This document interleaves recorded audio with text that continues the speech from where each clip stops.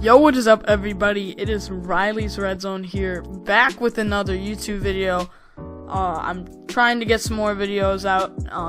As you know, most of you are probably in your houses watching this video, but there's a lot of extra time that all of us have now. So I'm going to try to get out some more YouTube videos. And one thing I'm going to try here is giving free agency grades to every team. Not in all one video, that would be a really long video. And I personally think it would be more effective to try to at least get through most of the teams before the NFL draft. And as I'm recording this, I have a little over 3 weeks, so I probably might not get all of them done because I sort of want to do some draft videos too. But I'm going to try this. So first of all, the jersey collection video will happen because we hit 3 likes on the video. So that should be coming out. I'm going to try to get it in this week, but that should be coming out soon. So what I'm going to do here is basically go through each team. We're going to go through who they added this free agency. As obviously free agency is not finished technically yet, but the main stuff is as we're sort of transitioning to the draft season. Obviously there's some big names like Jameis Winston and Jadeveon Clowney, Cam Newton, some other ones available. But here we're, a few weeks in, I'd say, and this is why I'm going to grade. So I'm going to grade off of who they added. I'm going to also mention who they let go. I didn't give grades on that, but I'm also going to give grades on who they re-signed, as well as look at players that were connected to their teams last year, because there's a lot of guys that don't sign until the end of free agency and they just go back to the team they were on. And last of all, I'm going to look at what are their needs remaining maybe for the draft and just the rest of free agency, and who are some free agent names they could go after. So I'm going to do that for every team, but today we're going to do the Arizona Cardinals. So let's get right into it. Looking at the additions for the Arizona Cardinals, obviously the biggest addition, which wasn't even a free agent signing, but it's adding wide receiver DeAndre Hopkins. He is one of the best receivers in the league, and they basically traded for him with a peanut butter and jelly sandwich. They managed to finesse Bill O'Brien and literally get him for a injury-prone running back, and I'm a pretty big David Johnson fan myself, but he's an injury-prone running back and a second-round pick, and as a Vikings fan, Diggs was able to get more. Obviously, Diggs is younger, but just an amazing move by the Cardinals. You have to give it an A+. There's literally, if there's the best move this offseason, obviously Brady to the Bucs is big, but most value and effectiveness, this was by far it. Number 2 here, Jordan Phillips. I really like the upgrade. He's a huge upgrade in my opinion over what they had. He's a great run stuffer and actually had a really decently productive pass rushing year. But I like that. It's a great, I think, upgrade for that position. But the problem here is I think they really overpaid him with a 3-year, $30 million contract, $10 million for a guy he's been on 2 teams now, and he basically just got claimed last season, and now he's up to $30 million. So I love the upgrade for the Cardinals. I just think it was a little bit of an overpay, so I give it a C+. It's above average, but I don't absolutely love this signing. Devon Kennard. I really wanted to give this signing like a B+, A-, maybe even an A range, but to me the pay is relatively good, which is why I give this a B, but I don't love the value necessarily. You're getting up there at the $7 million, but he really fits what the Cardinals are sort of trying to do on defense. So Devon Kennard is a great player that I think is severely underrated. I think he's awesome, but once again, a little bit up there on the salary, but I think that was a good signing and an upgrade for them, and he'll probably play some outside linebacker opposite Chandler Jones, but we'll see what happens there. Or they could transition Chandler Jones to defensive end, and that would leave DeAndre Campbell on the other side, who they signed for 1 year, $6 million. Once again, I like DeAndre Campbell, but a $6 million, which is a little less than what you're paying Kennard, to me is a little bit of an overpay. I think he could have gone for the 4 or 5, but it's not bad. So I think this is a above average signing as well. So I give that one a C+. And the last one I had really low at a C, which you'll sort of on the next slide with what they lost, see why I give it a C. But looking at it now, So what basically happened is, you'll see on the next slide too, the Cardinals let Zach Kerr go. Obviously, they brought in Jordan Phillips, but Zach Kerr was a guy they picked up off the street last season towards the end of the season. To me, he played really well for them. And looking at the contract he got, I definitely disagreed with them not bringing him back. I think they could have put more of an effort and brought him back, even if it was to be a second defensive tackle. So given that, I was going to give Coley a C, because they basically downgraded in that spot, and they could have gotten Zach Kerr. But I rose this grade up because after looking at it, it's very close to a minimum salary deal. So they're literally going to be paying him the minimum amount possible. So I raise this to a B. You can't really go wrong paying a decent nose tackle for literally the smallest amount you can go. In worst case scenario, he's a great third DT, but right now he's slated to be their second. So I could even raise this to a B plus given the salary. But I didn't like that they didn't bring back Zach Kerr, which we'll see here. Their losses, David Johnson obviously has been a big part for the Cardinals, but he's injury prone, and they traded him for DeAndre Hopkins. So that's absolutely fine, and they kept, which you'll see on the next slide, obviously, they kept Kenyon Drake. So Rodney Gunter is a guy that I thought maybe they'd be interested in bringing back, as he can also sort of play a mix between D-end and defensive tackle.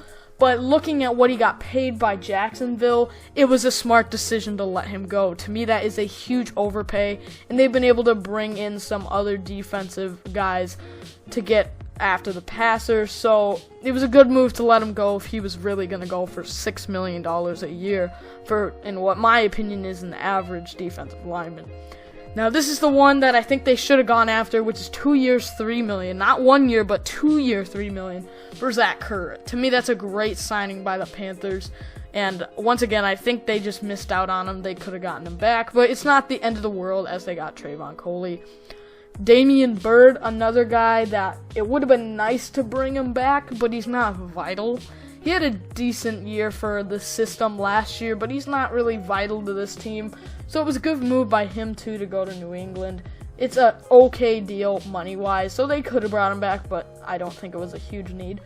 Farrell Cooper can play a little bit of return game. Same thing, just sort of a special teams receiver, and just to let him go to the Panthers is completely fine. As 1.2 mil, same thing about an average contract. Cassius Marsh, I don't know the contract details. I tried to find it, but I couldn't necessarily find it. But he's going to the Jaguars as well. He is just an average guy. He's just an edge rusher. That's what he is. He's just there. He's average. Joe Walker is a guy that used to be on the Eagles, and they could have brought him back, honestly, with a pretty cheap price, as he only got $900K from the Niners. That's a decent move for the 49ers, but it's not like they missed out on the jackpot here not bringing him back. Now, this is what I also, not only bringing in guys, but I loved who they re-signed money-wise as well. Kenyon Drake, they played that situation beautifully. Kenyon Drake played very well, so they give him the transition tag, not the franchise tag, but the transition tag. And they're able to get rid of David Johnson, meaning that they can use Kenyon Drake as the main back in this offense. So I really enjoyed what they did there. The next signing, is Marcus Gilbert a great right tackle anymore? No. But to me, the value on this deal is absolutely amazing at 1.05 mil. I definitely thought he was going to go for more, and I was going to give it an average grade, but seeing it was 1.05 mil to me is an absolute steal for a bridge right tackle, as they have Justin Murray behind for a swing tackle. I was thinking he could be the starter, but for 1.05 mil is a great deal. So I give that one an A+. Max Garcia, as you see on the bottom right, I couldn't find any pictures of him in a Cardinals uniform, but he was on the Cardinals last season. I think he was hurt a lot, and it's good to have depth at offensive line, and for 1.25 mil, that's not awful. Don't love it. I mean, it's a B. I gave it a positive thing. I could lower it to maybe a C or C+, but it's just a signing that's fine.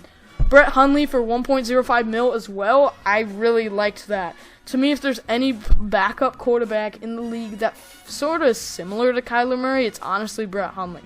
Are they the same? Obviously not. Kyler is amazing and a much better quarterback. But if there's a quarterback in the league that relatively fits that sort of mold, I think Brett Hundley is it. And so to get him at a 1 year, $1.05 million, I really enjoy that signing. DJ Foster, a guy I didn't think they were gonna bring back. I at first didn't enjoy the signing, but seeing it's $825,000, great, B+. You bring up back a guy that can just compete. He can play running back and wide receiver.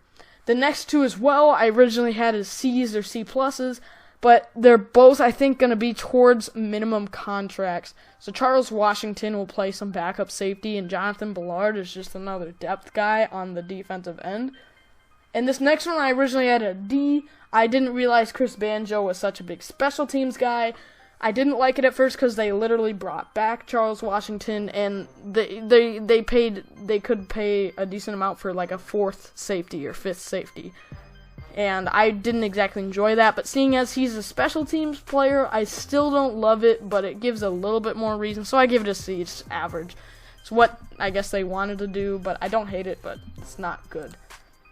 And they're guys who are still available.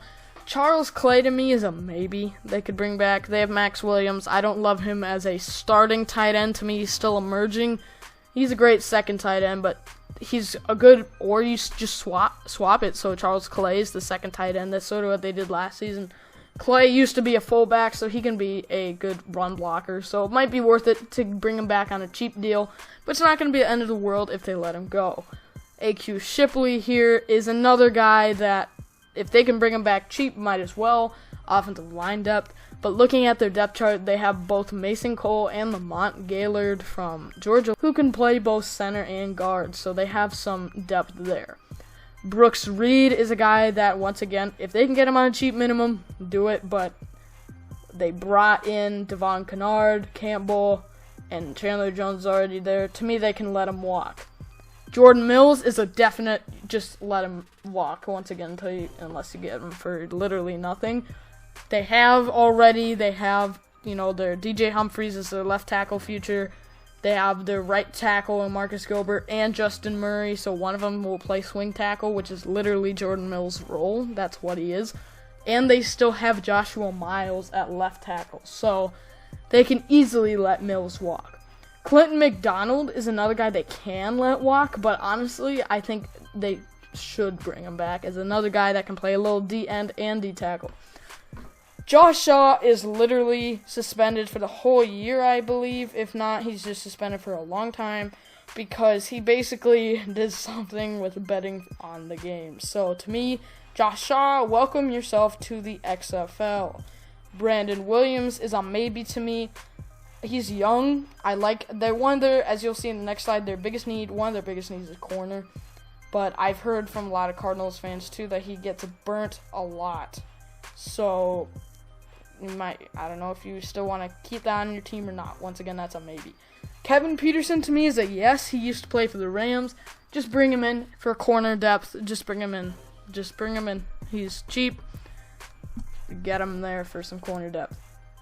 So their top three needs to me that are more, this is not really taking into account what they should do in the draft, as those are different. So these are just free agents positions that they should go after during this free agency period. The cornerback, looking at their depth chart, that I like Byron Murphy, but the question is whether they want to play him outside or in the slot. If they want to play him outside opposite Patrick Peterson, they need to bring in a slot corner. So you could look at some guys like Brandon Carr, Darqueze Dennard, and Dale Roberts, sort of on the bottom of the list that you see here. But if they are going to go with Byron Murphy in the slot, which is what I think they did last year, I looked it up a little bit, then they should go after an outside corner. On this list, I really like Dre Kirkpatrick or Jason Verrett, but also you could look at Trumaine Johnson, Prince Mukamara, or Jonathan Joseph. Looking at the defensive end position, to me, they just need to bring in more. Looking at guys that can sort of play interior and like just defensive end, so interior, run stopping, and a little bit of pass rush. To me, Adam Gotsis is a great fit for them. To me, that's a great move. Michael Bennett is probably going to be relatively expensive, but once again, Cardinals, go sign Adam Gotsis. I really like that fit for your team. Kerry Wynn, who was on the Bengals last season, is another guy. Clinton McDonald is one of their players from last year. In tight end, to me, like I said, I like Max Williams as a second tight end or an emerging number one. To me, you need to bring in either a top-tier number one, which is Jordan Reed or Delanie Walker. And if you don't get one of those two, then settle for one of these guys, which would be a good second tight end that can block a little and catch as well. So you got Charles Clay, Ed Dixon, Jeff Swaim, Luke Stocker, and David Morgan. Those are all some backup tight ends. So, with that, I hope you guys really enjoyed this video. The next team I will try to get out soon is the Atlanta Falcons. They will be a very interesting team. Obviously, they got Todd Gurley. So, I want to know, what did you guys think of this format? Should I change the format up? Do you like this sort of template for slides? Do you like my grading system or just the visuals? Let me know what I can improve for the next video as well. So, I hope you guys enjoyed this one, and I will see you guys in the next video.